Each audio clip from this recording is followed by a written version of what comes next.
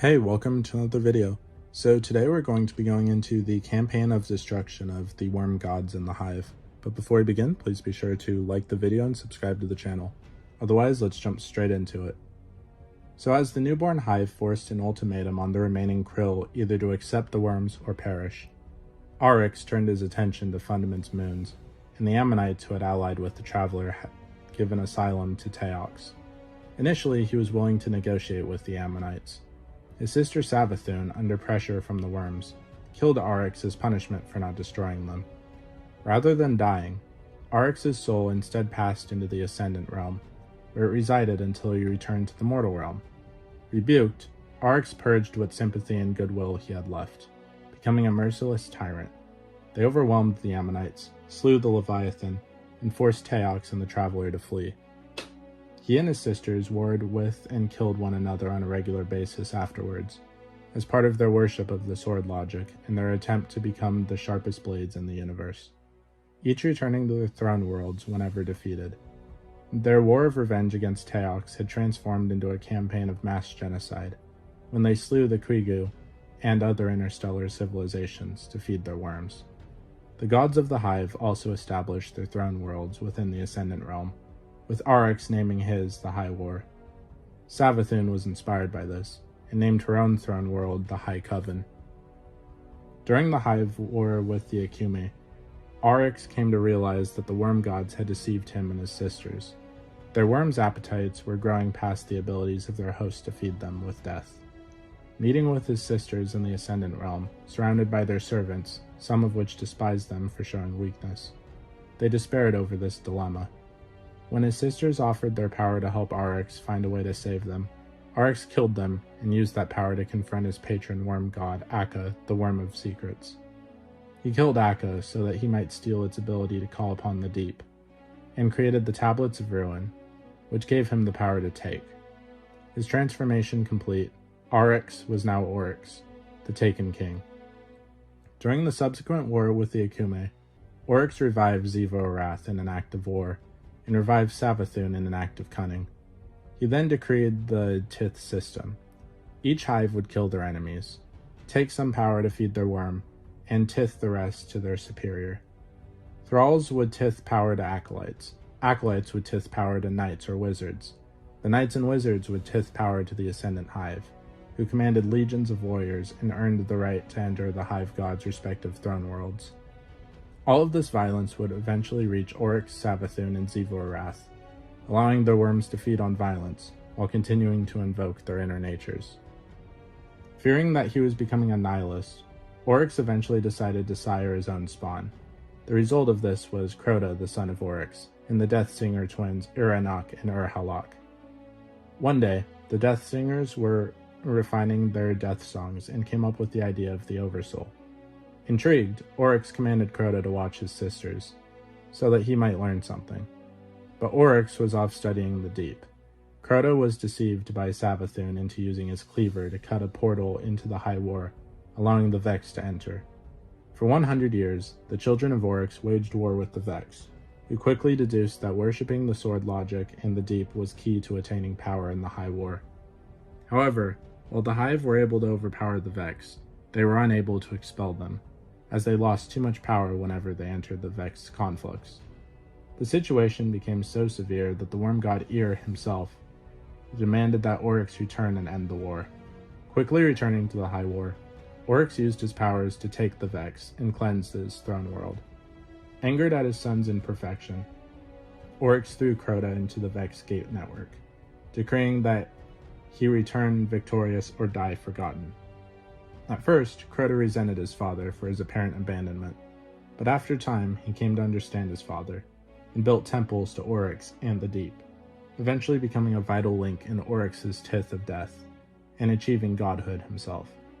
However, Oryx recognized that the threat of the Vex invading his throne world could not happen again, so he moved the High War into a mighty dreadnought, scrimshawed from the remains of Akka. During the Hive's campaign against the Harmony and the Vex, Kira, Blade Transform, presented Oryx with a simulation of his former self, Arash. Oryx looked upon the simulation with amusement. While Arash looked upon Oryx in horror, demanding to know what he had done to his sisters and her people. In the end, Oryx took Kira and presented the Vex to Savathun as a gift. When she asked him what proof they had that their actions were right, Oryx simply replied that the Hive's existence was proof enough in their convictions to live eternal by the sword logic. Following the war with Harmony, Savathun decided that her fleets would enter the black hole that the Harmony lived around, claiming they would become stronger for it, while Xivu Arath detached her fleets from Oryx's, as she felt too constrained. Meanwhile, Oryx continued his crusade alone, while ruminating on the future. At some point, before the dawn of humanity on Earth, the Hive had secretly seated themselves deep below the depths of Luna. It is there that they could completely terraform the entire interior of the moon from the bottom up into an impregnable fortress called the Hellmouth. Traces of their presence were first uncovered by human scientists sometime during the Golden Age, when they uncovered an artifact that established contact with the Witness. The Hive would emerge during the collapse, whereupon they slaughtered the inhabitants of the first light lunar installation and the K1 project site. After reclaiming their stake on the moon, they continued to lie dormant and recover their strength for centuries, until finally the threat of their existence faded to myth by the time of the City Age. During the early City Age, Rezyl Azzir became the first Guardian to reach the moon.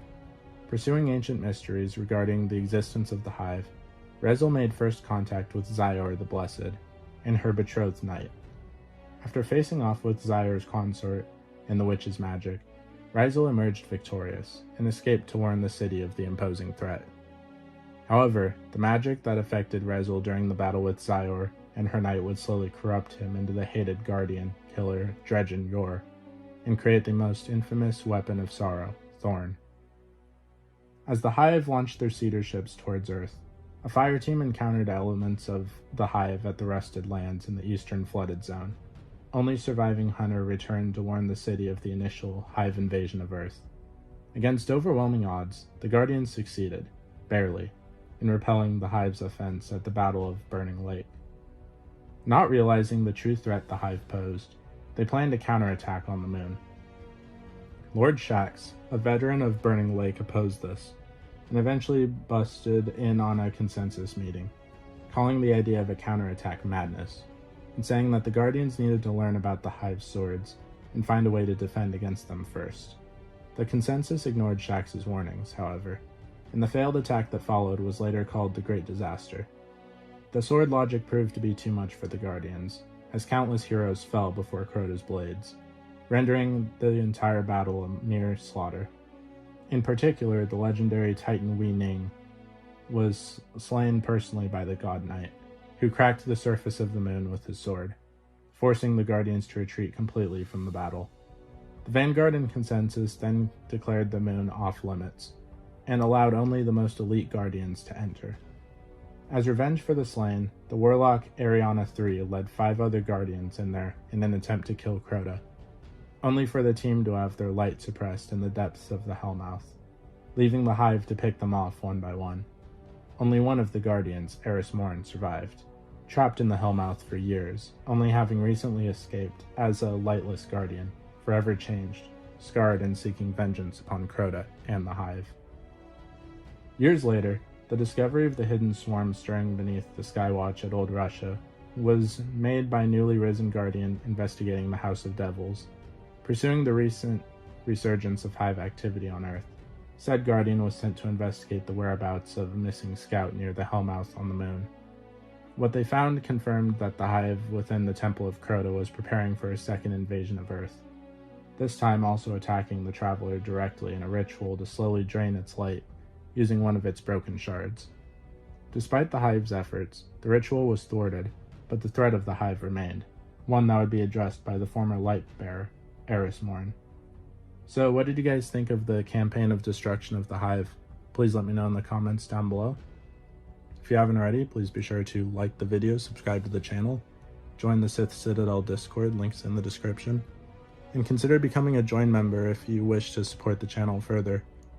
If you do at any level, I will give a thank you banner at the beginning of every video and a shout out at the end.